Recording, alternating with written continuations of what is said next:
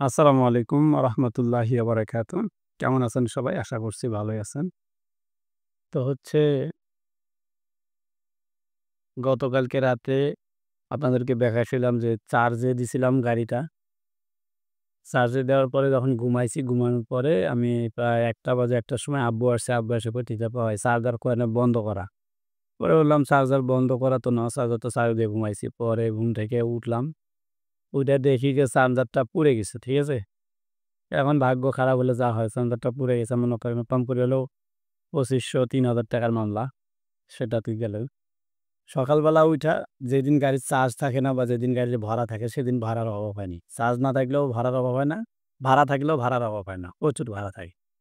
তো আজকে রিজার্ভ আছে। এই গিয়া এখন হচ্ছে বিরামপুর আসছি, ঠিক আছে? বিরামপুর আসছি রুগী নিয়ে। সকালবেলা যখন বের হবো, বের হওয়ার সময় আবার আমাদের বাসার পাশেই ৪ জন লোক রংপুর যাবে। তো আসে ডাকতেছে। তো এখন ভাড়া আছে তাই আবার ভাড়া আসছে। ঠিক আছে? যখন চার্জার ভালো থাকে তখন সবারটাই ভালো থাকে। আব্বুরটাও ভালো থাকে, আমারটাও ভালো থাকে। আবার যখন খারাপ হয় তখন ২ জনেরটাই খারাপ হয়। এটাই হচ্ছে কপাল।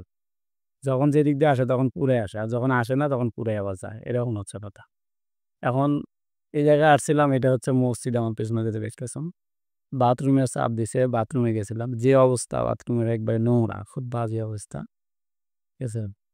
তো সবার কাছে দোয়া চাই, দোয়া করবেন। আর যারা আমার চ্যানেলটা সাবস্ক্রাইব করেননি অবশ্যই সাবস্ক্রাইব করবেন।